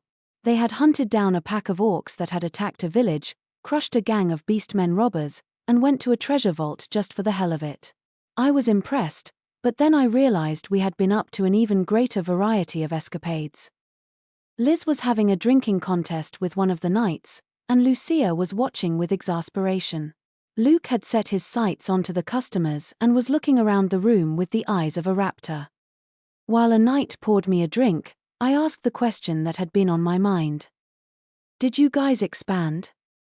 Tuka gave me a sharp look. Had I said something strange? Knights of the Torch was a nomadic party that picked up new members as they traveled around.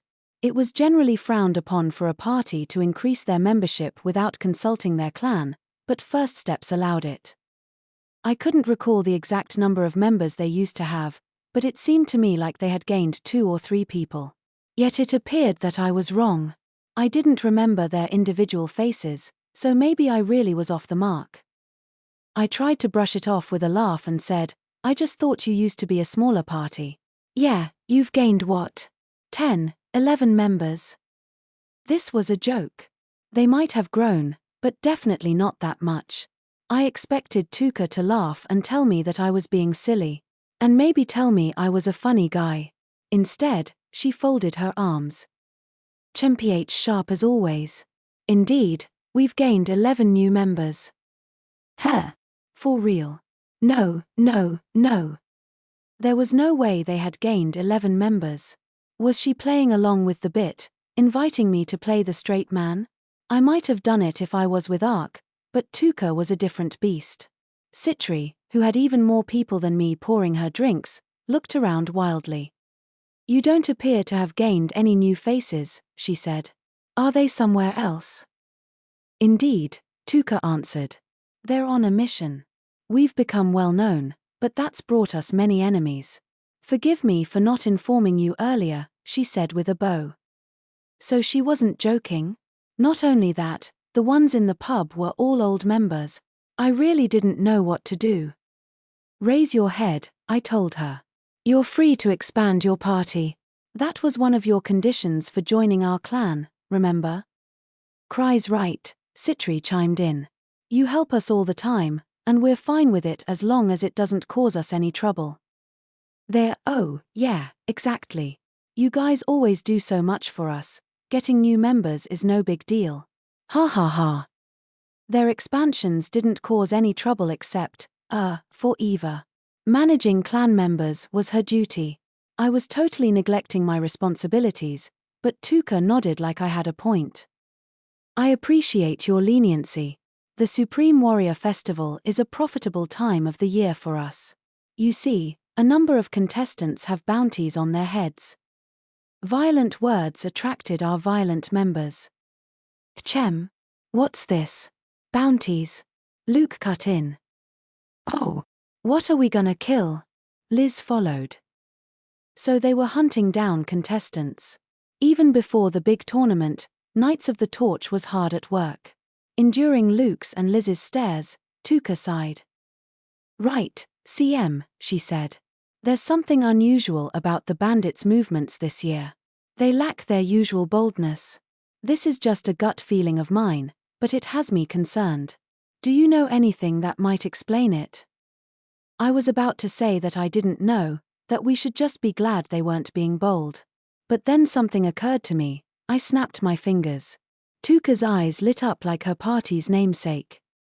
Yeah, I said, that was bothering me, so I enlisted some help. They might know a thing or two, so would you like to meet them? Oh. The Fox Mask Fan Club. They were stupidly capable and had a fervent love for fox masks. They did unhinged things like drag me to their lair just because I was wearing a fox mask and show up outside my window, but they didn't strike me as bad people, and some of them seemed pretty strong. I had given them Citri's list of bandits and asked them to find the people on the list.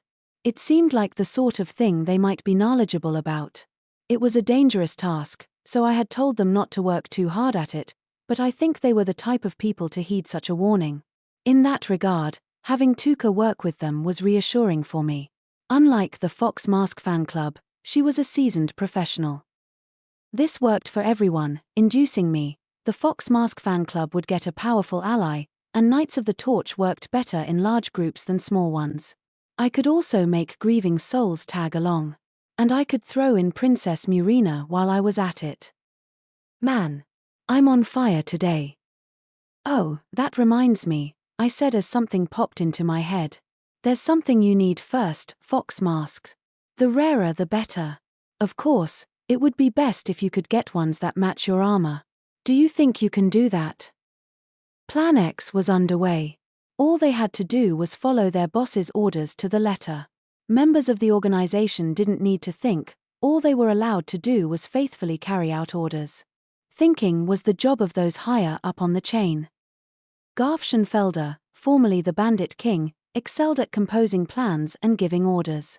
Even among the Seventh Tail, he was probably without equal in this regard. The bandit squad he once ran wasn't some petty gang that went after towns and travelers. Instead, they would infiltrate towns and slowly but surely take control. It only made sense that someone who reinforced caution with yet more caution had been invited to join Nine-Tailed Shadow Fox. Years later, his skills hadn't rusted a bit.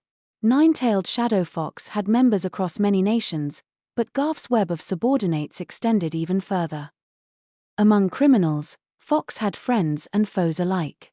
Sometimes they borrowed help from outlaws, which was a favorite method of the Bandit King. But even for him, the request given to him was daunting. His subordinates looked over the list once more, then let out a collective groan before voicing their doubts. There's so many on this list. And some of these guys are people we've been feuding with for years. Negotiations are gonna be a nightmare. We might have to make concessions. And gathering everyone on this list will put Plan A in jeopardy. These were completely valid objections. The plan, which they were supposed to be in the middle of, was based on precise calculations. Garf had already submitted a report detailing which criminals they planned to employ, so the boss couldn't be unaware of the overlap. Despite this, many of said underworld figures were included on the list of organizations they were supposed to gather. Even Garf couldn't help but wonder what the boss was thinking. At times like this, I wish we didn't have to be so discreet about every little thing, one of the subordinates complained. Garf shrugged. That dedication to secrecy was how Fox had grown to its current size. Nobody knew where the bosses could be found, and exchanging information required jumping through certain hoops. This way, even if a lower member were arrested, the organization's core personnel wouldn't be compromised. However, this same structure meant that acquiring confirmation in irregular circumstances couldn't be done quickly. There was nothing Garf feared more than an imposter. It was hard to think someone could impersonate a fox even higher ranked than Garf, but it wasn't impossible. Except there were code signs meant for these situations. And in really dire cases, there were the Holy Fox Maidens. The boss, Garf muttered. He wasn't like the one I remember. He cast a glance towards the maiden, who was standing nearby. Are you doubting the White Fox? I'm quite certain of my judgment, she asserted. Having doubts is part of my job, he replied. We maidens have been graced with special eyes for our service to the gods. Our vision tells us no lies. And if he weren't the White Fox, why would he have been wearing a mask like that outside? She was right. The fox masks weren't meant to be worn at all times, And that mask in particular wasn't something just anyone could get their hands on. The protocol for determining a boss's authenticity was to enlist a maiden. The Holy Fox maidens were considered sacred and beyond reproach. Their eyes could see past any disguise and would never misidentify something as divine. Garth didn't believe in higher powers, but his career in Fox would soon be over if people knew that he had doubted a maiden. Regardless of his suspicions, the plan remained the same.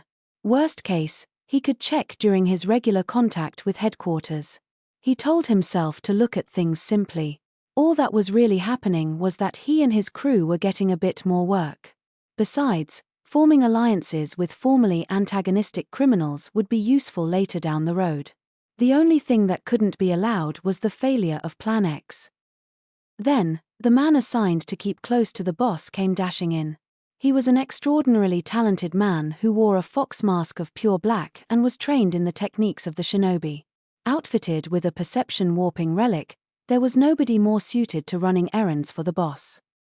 Garth would have preferred to have this man gathering information, but other people could do that, and keeping the boss happy was important.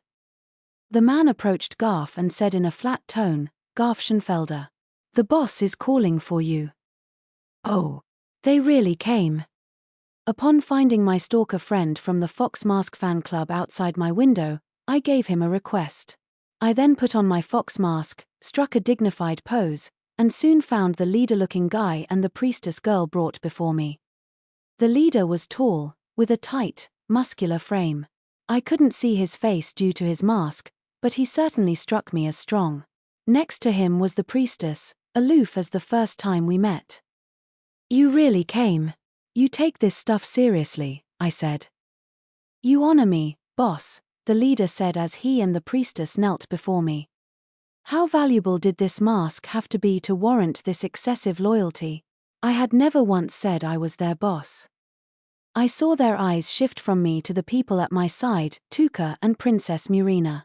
Tuka was outfitted in her usual reddish-brown armor and katana at her side, but she wore a crimson fox mask, just like I had suggested. Murina hadn't been able to obtain a fox mask, so she was making do with one modeled after a tanuki. I figured it was fine as long as her face was hidden. "What's the meaning of this, boss?" the leader asked as his bulging eyes darted between the two. "Sorry. Forgive me for complicating things. I thought they could help with the request I gave you," I told him. "I realize I asked a bit much of you. So I called these two. Tsuniko here is good in a fight and has lots of subordinates." "Tsun, KO?" Tuka repeated. "I'll make sure she has grievers in her ranks." Tuka stepped forward and said in a clear, decisive tone, "You may call me Tsuniko. We fight per the boss's orders, and only he may claim the right to order us. Please, think of us as nothing more than collaborators." What insanity. We hadn't discussed what I would call her beforehand, yet she simply rolled with it. Awfully gutsy of her. I guess in her case she was just being professional. "Is this the boss's primary team?" the leader said. "This armor, I've seen it before. Is this what I think it is?" Through their zealous efforts, Knights of the Torch had apparently made a name for themselves. I figured it wasn't the worst thing in the world if Tuka didn't remain incognito. Things could get dicey if Murina's identity was uncovered, but I didn't think that would happen, given how rarely she had gone out in public. "And, over here," I said, "is, right, Ponta. She holds a unique position, so just bear that in mind." "Ponta," she echoed. "Ah, don't tell me that was disrespectful." Princess Ponta stood there vacantly. Just as I was wondering when her passive nature might improve, she stepped forward, and for some reason, bowed gracefully.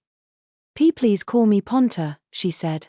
"I hope you can forgive any mistakes I may make." In Zabrudia's long history, I was probably the only person to introduce the imperial princess as Ponta. While the leader continued to look back and forth between Tsuniko and Ponta, I got over my bewilderment and said, "Are you perhaps not a fan?" The Fox Mask fan club struck me as reliable, so much so that it was nonsensical, but Tuka was a good bonus. Plus Citri was the one paying for her. After spending a moment in thought, the leader dipped his head and said, "Nothing of the sort. Thank you for your consideration." Once the Fox Mask fan club took them off, I felt like a weight had been lifted from my shoulders. Thank goodness. All my worries had been dealt with in one fell swoop, and it was thanks to my dear friend Citri for bankrolling Knights of the Torch. I'd have to thank her. And now Murina's training was taken care of. It was like the pieces had just fallen into place. I took the opportunity to sit back and relax. "Excellent leadership, O White Fox," the priestess from the Fox Mask fan club said in a dignified voice. "What are you still doing here?" I asked. "I have no other duties but to serve you." They took this stuff real seriously. It seemed the Fox Mask fan club wasn't all fun and games. But what would my friends say if they saw this girl following me around? And just how old is she? I didn't know what place she held in the club, but she was the only one not wearing a mask. Looking at her expression, I could tell she was at least a bit on edge. "My name is Sora Zolo, a holy fox maiden," she said after a pause, a bit of the tension dissipating as she spoke. "Please, call me Sora." Holy fox maiden. I had never heard the term, but maybe she was famous among people who were into fox masks. Could she have something to do with the fox gods of Peregrine Lodge? No way. I was slightly embarrassed about it, but there was something I needed to make sure of. I cleared my throat and steeled my nerves. "Sora, there's something that's been bothering me. Is this mask really that rare?" It was a genuine question, but I received a rather dramatic reaction after a long pause. "What?" This mask dropped in Peregrine Lodge was undeniably a valuable piece. But as far as I could tell, it didn't have any special powers or anything. When phantoms were killed, they usually dissipated entirely, not leaving behind so much as a scrap of cloth. Though it was extraordinarily rare, there were exceptions in which some item or another would remain. These drop rates were proportional to a phantom's power. However, the items were generally quite weak compared to relics. You could say they were like a phantom's dregs.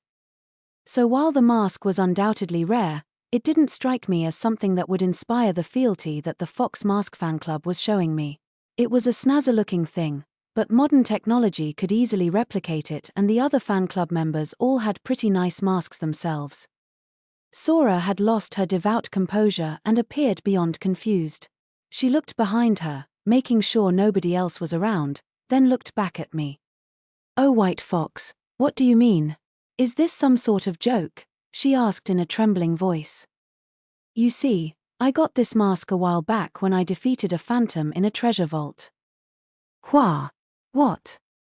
Sora's complexion went pale, then red, then back to pale. It was sort of amusing. But what did she think this mask was? I took it off and examined it once more. It had an excellent design and gave a strange impression, but it was still just a mask. Personally, when it came to masks, I preferred something with powers, like reversible face. Sora crossed her arms, a cold sweat pouring out across her. Hey, could I sell this for a tidy sum? Is it valuable?" "Sell?" she exclaimed, her cheek twitching. No, you can't do that." Now I understood. This was one of those things too valuable to put up for sale. But I still didn't get where that value came from. I had only worn it because I hadn't had any other means of hiding my face. If possible, I would have preferred something that had holes to see through, so I wouldn't have to rely on that relic. Sora moved up so she was only mere inches away. She looked at me closely, then said in a low conspiratorial voice, Please correct me if I'm mistaken. You aren't the White Fox, and this mask is something you obtained from a treasure vault." Those desperate words finally made me realize something I should have picked up on long ago. "Oh, have you mistaken me for someone else?" Sora let out a faint cry, then clutched her head and twisted her body. "This can't be," she slowly whispered. I put the mask back on and tried consoling her. Now, these things happen. Why didn't you say anything when I grabbed your hand?" What was I supposed to say? She was the one who had suddenly grabbed my hand, said right this way, and taken me to the Fox Mask fan club meeting. I never intended to deceive or use anyone. I had been flummoxed from the first minute. So why did you call us the Fox Mask fan club? Sora asked. Chem. Was I wrong? You all seem to be wearing fox masks. Who would do that? Is that normal? No, it's not. Nobody told me this might happen. And what was I supposed to say to that? What should I have said back there in that room? For once, I was entirely blameless. This was on Sora and the Fox Mask fan club, temp. Name, that dispatched her. But pointing that out didn't seem like the mature thing to do. Instead, I put on a hard-boiled and composed demeanor. Now, if you do the honest thing and fess up, I'm sure they'll forgive you. Forgiven? Is that what you said? I won't be forgiven. I gave them my word. I clearly gave them my word that you're the white fox. No, you should confess. You need to obey Coco. Consult, confide, alert. Why do you have an authentic mask? Only the divine white fox and those recognized by our vulpine gods can own one. It's a boss's identifier. What? I just got this from some trash mob in Peregrine Lodge. Sora recoiled. I was hardly the only person to have wandered into that vault, not to mention that Phantom had been killed by a simple conversation. There were probably a few of these masks floating around out there. And you said this is a boss's identifier? I pressed on. Don't you think that's a funny system? It can easily create misunderstandings. I think you should change it. Why not consult with your club? Sora covered her ears and sat down. There must have been at least a handful of white fox masks going around. Making a fake one didn't seem impossible either. This time it was just a simple mistake, but a malicious person might use this system to get close to you. Just be quiet for a moment. Okay. I was trying to help the Fox Mask fan club, temp. Name, but it seemed Sora wasn't interested at the moment. With nothing better to do, I folded my arms and waited for her to make a decision. I hadn't done anything wrong. I had simply worn a fox mask I happened to have on hand in order to hide my face. Not a smidgen of blame rested on me. But this was looking like it could turn into something bothersome. I was willing to apologize if the need arose. I had ordered them around, after all. I heard Sora sporadically muttering to herself, as though organizing her thoughts. So, was this a mistake? But that mask is authentic. But I was wrong to call him the white fox. But that divine mask is authentic. But he's not a boss. Could this be the organization's fault? All on my first assignment. I didn't see what the big deal was. We all make mistakes. I did it all the time. What's important is the future. Nobody was going to die or anything because of Sora's mistake, so I thought she should take it a bit easier. Eventually, Sora seemed to have her thoughts in order and stood up. She briefly wobbled from the vertigo, then stabilized herself. As she glared at me, I could see my mask reflected in her tears. You are, beyond all possible doubt, the white fox, she said. What? You're wrong. I'm just some hunter who happened to acquire a mask. Had she listened to a word I had said? I'm not wrong, she said, pressing a finger into my chest.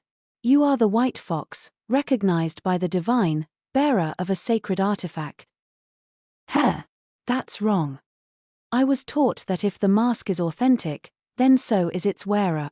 I'm a priestess, a devout holy fox maiden. My eyes cannot be fooled, this I swear. I see. That's, incredible. She's digging her feet in. What's a devout holy fox maiden? Hell, what's the Fox Mask fan club, temp? Name? Is it fun? Maybe I should join. But then would I have to swear obedience to the white fox or whoever? In summary, I've made no mistake, Sora insisted. No, you have, I told her. Nor do I have any intent to harm the organization. If anyone claims I've made a mistake, then they're the traitors. Hold on. Is she just trying to gloss over her scroop? Could it be that she's just bad at her job? I suddenly sympathized with her. Nobody had to make wild improvisations as I did. Wouldn't it be better to come clean? I said. If you do, I'll apologize alongside you. I saw that Sora's eyes were spinning. It seemed she wasn't interested in listening to me.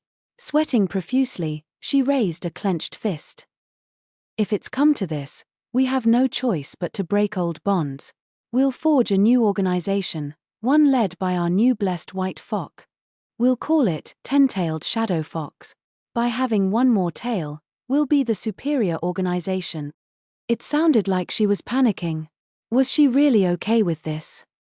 No, we can't do that, I said. Heh. Ten-Tailed Shadow Fox. What an unfortunate name. After the incident with the Emperor, foxes didn't have the best connotations and we could be mistaken with those other guys. Names are important. I frequently regretted deeming our party Grieving Souls. I had gotten used to the name and lost interest in changing it, but when we were first starting out, it had on occasion caused us to be mistaken for a ghost party. I was a fool, but I never made the same mistake twice. Sora was looking at me with wide eyes. I made a proclamation of pure bullshit. That's a bad name. Here, let's go with this. Ten-tailed fried tofu. Ten-tailed fried tofu? She sounded like she was losing it, but I was serious. Indeed, ten-tailed fried tofu. Fried tofu is a wonderful thing. It can even save lives. It's a delicious name. Fried tofu had in fact saved me from having to go to battle once. And it's delicious. Tasty things are the world's redemption. You want to name a secret organization Ten-Tailed Fried Tofu? Are you entirely devoid of sense? Sora protested. Secret organization? Did she say secret organization? Secret, I said. No, we won't be a secret. We'll be making delicious inarizushi bentos, a dish packed with fried tofu. We'll spread across the nation, then take over the entire world. Are you serious? We would produce fried tofu. Then make delicious inarizushi bentos marked with the white fox seal. I, of course, wouldn't take part, but it seemed like a perfect fit since the phantoms of Peregrine Lodge loved fried tofu. Man, I'm on fire. Okay, maybe I'm not on fire today. Well, let's just do what we can. Sora looked as though she had attained some form of enlightenment when we entered the luxurious living room. What's this? Leader, who is she? Lucia said, looking up from her book. I didn't really know how to answer that question. Honestly, saying that I didn't really know who Sora was seemed like the best option, but that would have been irresponsible. But I didn't know who she was. Let's just say the circumstances are complicated, I said. This is tricky for me too. Sora was expressionless. Her eyes were dead.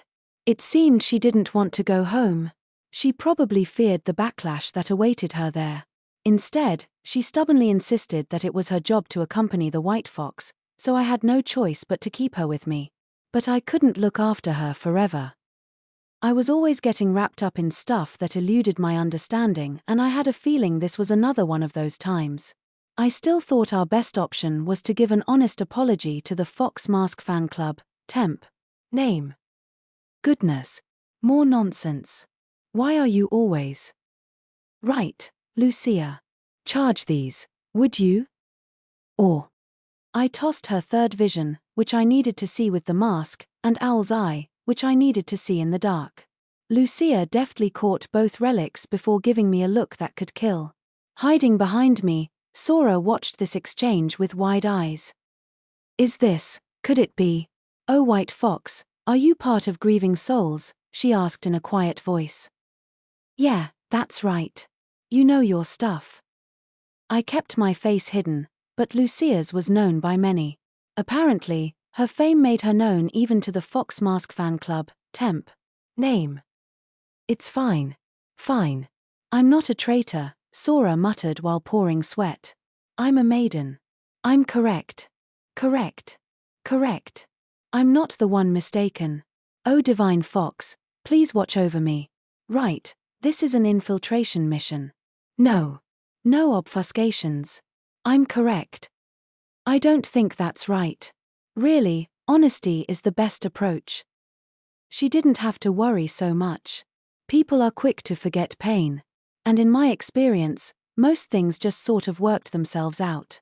Nonetheless, I could somewhat relate to the panic she was feeling. Citri. I called, unsure if she was actually around. Sorry, but could I borrow you? Certainly, she replied cheerily. Has something happened? She had been in her bedroom. I was going to show Sora how a level 8 improvised. I was looking to make an organization that produces Inarizushi bento, I said with a pathetic smile. I thought we should start with securing a base to operate out of. Inarizushi bento, you say? Citri blinked. Lucia and Sora both looked at me like I was out of my freaking mind. I started to think that even Citri, my usual savior, would find this a bit too much. No. If anyone can do it, it's her. Do you think you can make something work? I asked her. Well. Forgive me, but might I ask for a reason? Reason? There's no goddamn reason. I'm just being swept along by circumstance. It's, of course, for that, I said with a stern expression. That. What was that? It was, of course, that.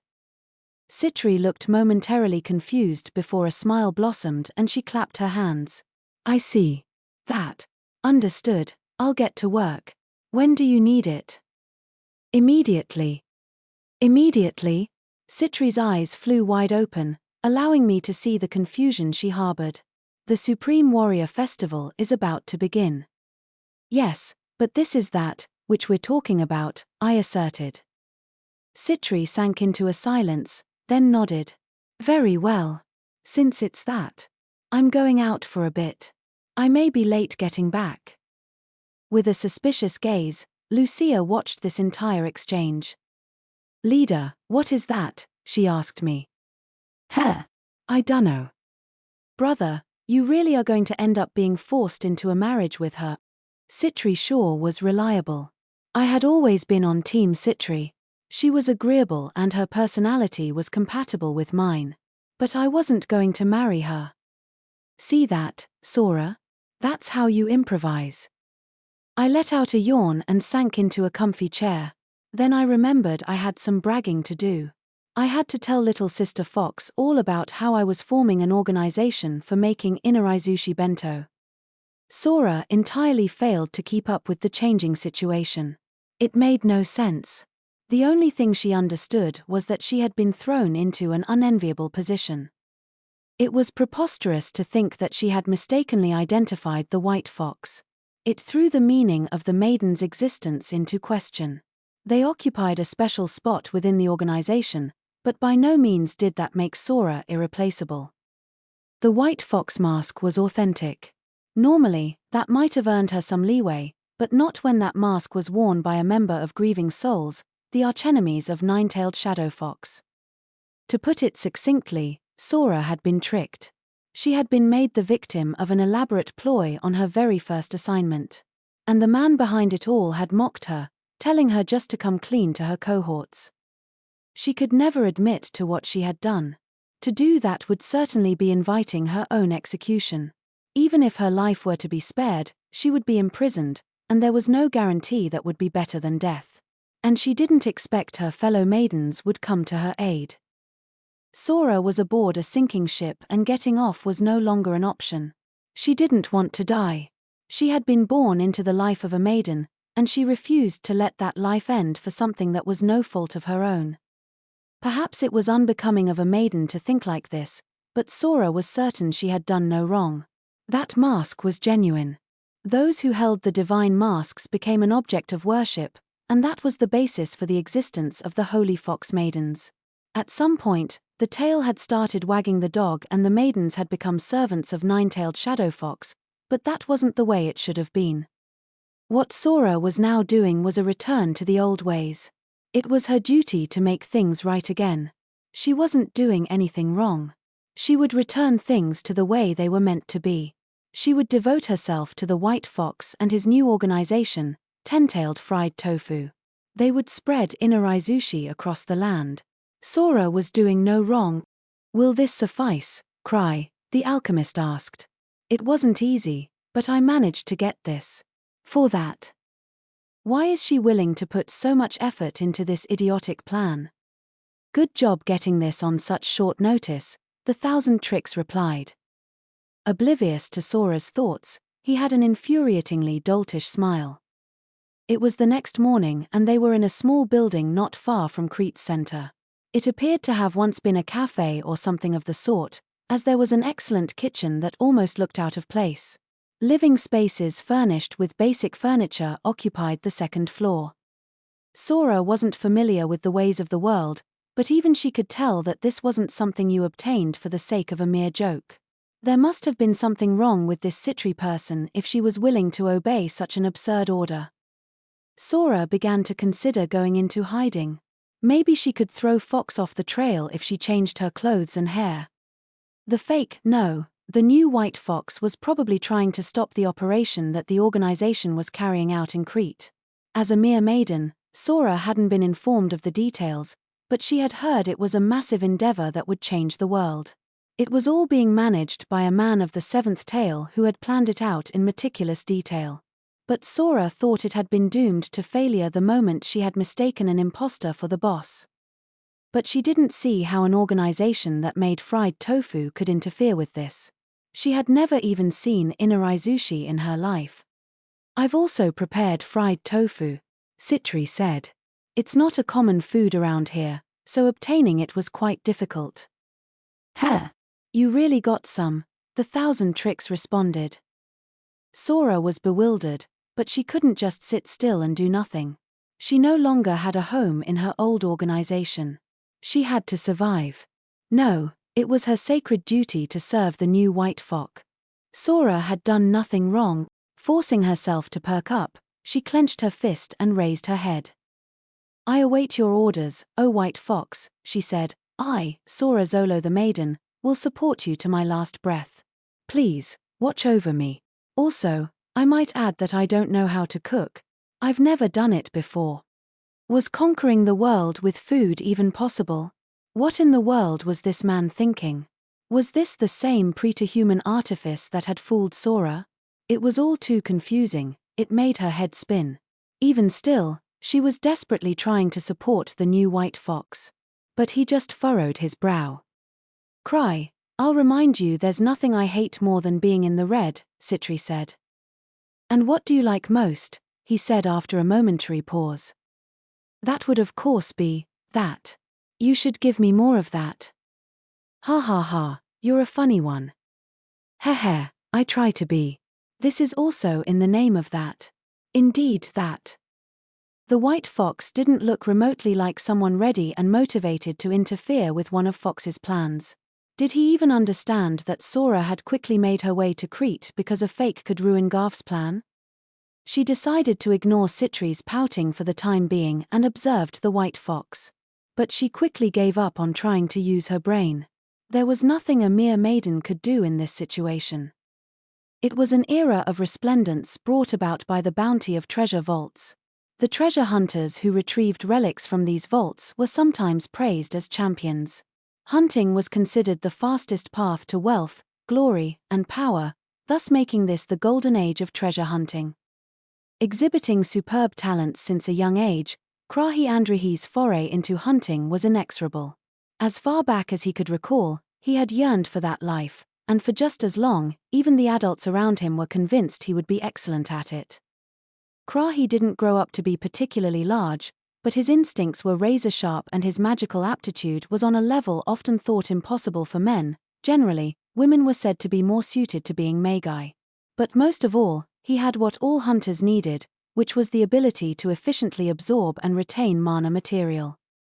And so, as though guided by the hand of fate, Krai Andrey became a hunter. But even with his abilities that appeared to be a gift of the very heavens, the treasure vaults proved formidable. The path that he had set out on was a thorny one, but he poured everything he could into moving along it. He conquered a number of vaults. He improved. He came close to losing his life, all the while being targeted by criminals. He didn't waste a moment. He even sacrificed sleep. To Krai Andrey, hardships were trials offered by the gods, and overcoming them was a joyful occasion. Before he knew it, his name had spread far and wide. He still hadn't been granted a title, but many hunters had become familiar with his name. Proudly proffering it had paid off. Titles were generally granted by the Explorers Association, but Krai couldn't bear the thought of getting something unappealing. Thousandfold theurgics, the powers of the gods, tempered relentlessly. That was the ideal envisioned by Krai. People got his title wrong on occasion, but that was nothing more than a trifle. Some people even had the false idea that he was a level 8, but that must have been because he gave the impression of being just that powerful. Krai Andrey, the thousandfold theurgics, could be mistaken for a level 8. At long last, he obtained the right to participate in the greatest of all martial events, the Supreme Warrior Festival. He felt a flood of different emotions. At the time, there was an absurd number of rumors about him swirling around.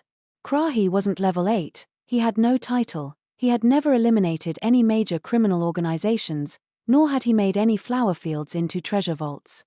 Surely, such gossip was simply a product of the high expectations people had of him.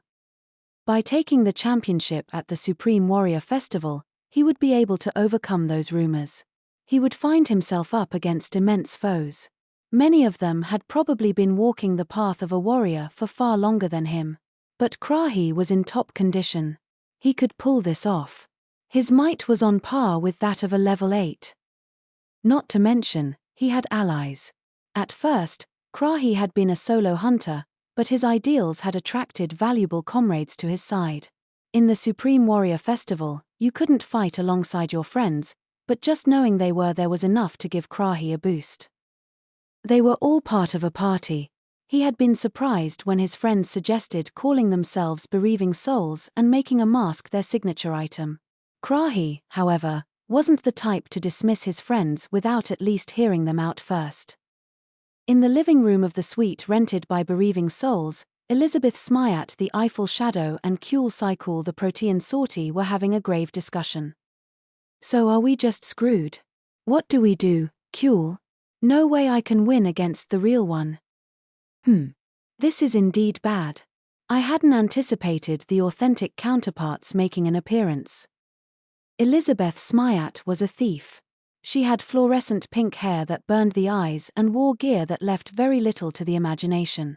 But what drew more attention than that was her large chest. That was the source of her title, Eiffel Shadow. She thought her appellation was a stupid one and she had a bad habit of making snide remarks, but she wasn't a bad thief.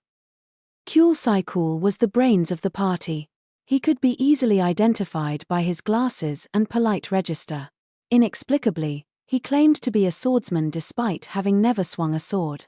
He was of next to no help in combat, but since Krai had no leadership experience, the Protean Sortie kept things running smoothly. The other members also had their odd points, but for someone like Krai, who had been a solo hunter until this point, they were irreplaceable. Besides Krai, our party is nothing noteworthy, Kule sighed. Well yeah. If I was anything noteworthy, you think I'd let people call me Isaby? Isaby said. That's not true. Krai cut in, unable to bear hearing his friends talk like this. However they had met up, it didn't change the fact that they were a party. Though he tried to talk them out of it, low self-esteem was something that plagued their party. Kule, Isaby. If it weren't for you two and the rest of the party, I wouldn't have made it to such a prestigious tournament. You have my thanks. Isaby's face went taut. Kule looked uncomfortable. Why's this guy so goddamn strong? Isaby muttered. I wasn't expecting he'd get to the Supreme Warrior Festival. Well, that's what happens if you make it on your own for so long. He's the only one not faking it. That was right. Krai wasn't going to lose, no matter who he was up against. He was ready for anything. I'll change things. I'll do more than make myself known, I'll make all of bereaving souls known across the land. That was Krai's other dream. He reaffirmed his determination and looked out the window. With eyes burning with passion, he looked upon the streets of Crete. With the Supreme Warrior Festival approaching, they were becoming livelier with each passing day. Suddenly, he recalled that young man who resembled him. Would he come to cheer Krai on at the tournament?